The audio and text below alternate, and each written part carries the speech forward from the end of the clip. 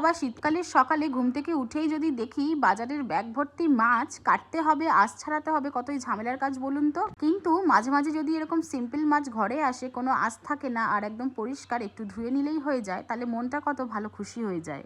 এই কেকলে মাছগুলো রান্না করতে আমার কিন্তু দারুণ লাগে, কোনো ঝামেলাই থাকে না, একটু ধুয়ে নিলেই হয়ে গেল। এগুলোকে অনেকে বক মাছও বলে থাকে।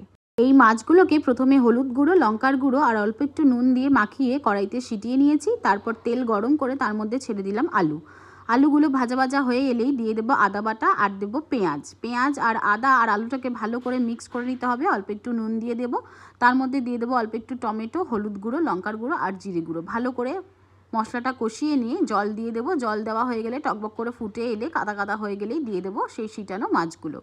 আর অল্প একটু শেষে ধনেপাতা আর গরম মশলা দিয়েই হয়ে গেল রেডি। বাড়িতে ট্রাই করুন আর আমাকে জানান আপনাদের কেমন লাগলো। লাইক, সাবস্ক্রাইব অ্যান্ড শেয়ার করতে ভুলবেন না।